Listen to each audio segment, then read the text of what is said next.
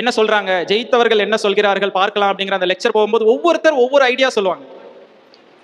சில பேர் நைட்ல படிப்பாங்க, சில பேர் பகல்ல படிப்பாங்க, சில பேர் ஒரு புக்கை ரெஃபர் பண்ணுவாங்க, சில பேர் என்சிஆர்டியே படிக்காதம்பாங்க, சில பேர் என்சிஆர்டி படிச்சாதானே கிளியர் பண்ண முடியும்னு சொல்லுவாங்க. அப்ப நான் என்ன தாண்டா பண்றது? ஒவ்வொருத்தர் ஒவ்வொன்றும் சொல்லிட்டு இருக்கீங்க, நான் என்ன பண்றது? இங்க நான் உட்கார்ந்துருக்க அத்தனை பேருக்கும் நான் சொல்றேன், ஒரு ஸ்ட்ராட்டஜி அப்படிங்கிறது யூபிஎஸ்சிக்கு ஒண்ணுமே கிடையாது. You can not strategise UPSC.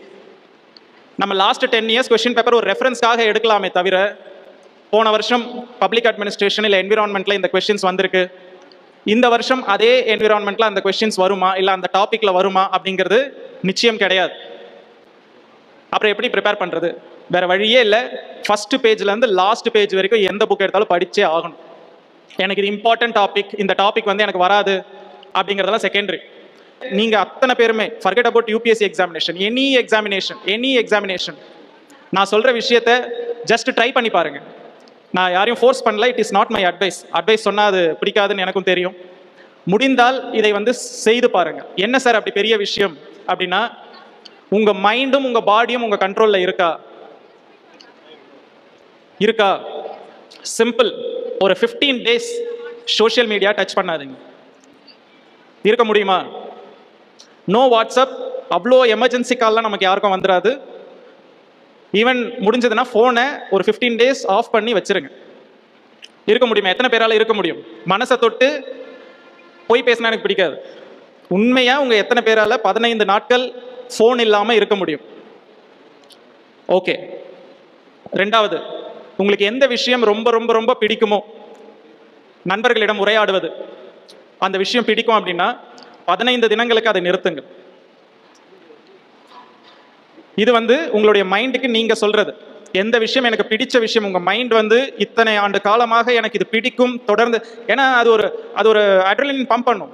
இந்த விஷயத்தை திரும்ப திரும்ப செய்யணும் அப்படிங்கிறது பம்ப் பண்ணிட்டே இருக்கும். நான் வந்து என்னன்னா, காலேஜ் படிக்கும்பொழுது ஆல்மோஸ்ட் எல்லா படத்தையும் பார்த்துருவேன். அது எனக்கு ரொம்ப ரொம்ப பிடிக்கும். மூவிஸ், தலைவர் படம்னா சொல்லவே வேண்டாம், ஃபர்ஸ்ட் டே ஃபர்ஸ்ட் ஷோ தான். எல்லா படமும் பார்ப்பேன். சில படங்கள்லாம் வந்திருக்கான்னு கூட தெரியாது. அந்த மாதிரி படங்கள்லாம் கூட சாட்டர்டே சண்டே ஆச்சுன்னா I go to movie. Plus YouTube, Netflix, அதில் எல்லாமே நான் மூவிஸ் நிறைய பார்ப்பேன். தென் செல்ஃப் கண்ட்ரோல்ன்ற அப்படி ஒரு கான்செப்ட். எனக்கு பிடிச்ச விஷயத்தை என்னைக்கு என்னால் தன்னிச்சையாக நிறுத்த முடியுதோ, உங்கள் மைண்ட் உங்கள் கண்ட்ரோலில் இருக்குன்னு அர்த்தம். மேடம் சொன்னாங்க, எதெல்லாம் நீங்கள் பார்க்குறீங்களோ அதெல்லாம் நீங்களா தேடி போக வேண்டாம், அதுவே உங்கள் முன்னாடி வந்து நிற்கும். எங்கே ஃபோக்கஸ் பண்ணுறீங்களோ, உங்களுக்கு புக்ஸ் வேணும்னு ஃபோக்கஸ் பண்ணீங்கன்னா நீங்கள் போகிற வழியெல்லாம் புத்தக கடைகளாக உங்களுக்கு தெரியும் அப்படின்னு சொல்லிட்டு. உண்மைதான். சப்கான்ஷியஸ் மைண்டுன்னு ஒன்று இருக்கு. எத்தனை பேருக்கு தெரியும்? ஓகே. அதாவது நம்ம என்ன நினைக்கிறோமோ அது நடக்கும். அது மேஜிக்காக இருக்கிற மாதிரி தெரியலாம், மேஜிக் கிடையாது. நினைச்சு பாருங்க. பிரச்சனை எங்க வருது தெரியுமா? என்ன நினைக்கிறோமோ அது 100% நம்மால் முடியும் என்பதை நாம் நினைப்பதில்லை. பிரச்சனை அங்கதான் வருது. என்னால் இந்த விஷயத்தை பண்ண முடியும்ட்டு 100% நீங்கள் நம்பினீங்கன்னா அந்த விஷயம் நிச்சயமாக உங்களால் செய்ய முடியும். யூபிஎஸ்சியை கிளியர் பண்ணிட முடியும் அப்படிங்கிற ஒரு நம்பிக்கை உங்ககிட்ட இருந்ததுன்னா நிச்சயம் பண்ணிடுவீங்க. ஆனால் என்ன ப்ராப்ளம்? சார் நான் 10th எவ்வளோ மார்க் தெரியுமா சார்? மேத்தமேட்டிக்ஸில் நான் எவ்வளோ மார்க் தெரியுமா சார்? சயின்ஸில் நான் எவ்வளோ மார்க் தெரியுமா சார்? 100 out of 100 கூட எடுத்தவங்க கூட அப்படி பேச மாட்டான். நம்ம 35-40 தான் எடுத்திருப்போம். சார் கடந்த 12 வருஷமாக நான் வந்து ஒரு சப்ஜெக்டை வந்து எனக்கு வரலை அப்படின்னா நான் எப்படி சார் அந்த சப்ஜெக்ட் என்னால் படிக்க முடியும்? யூபிஎஸ்சிக்கு எப்படி சார் என்னால் எழுத முடியும்?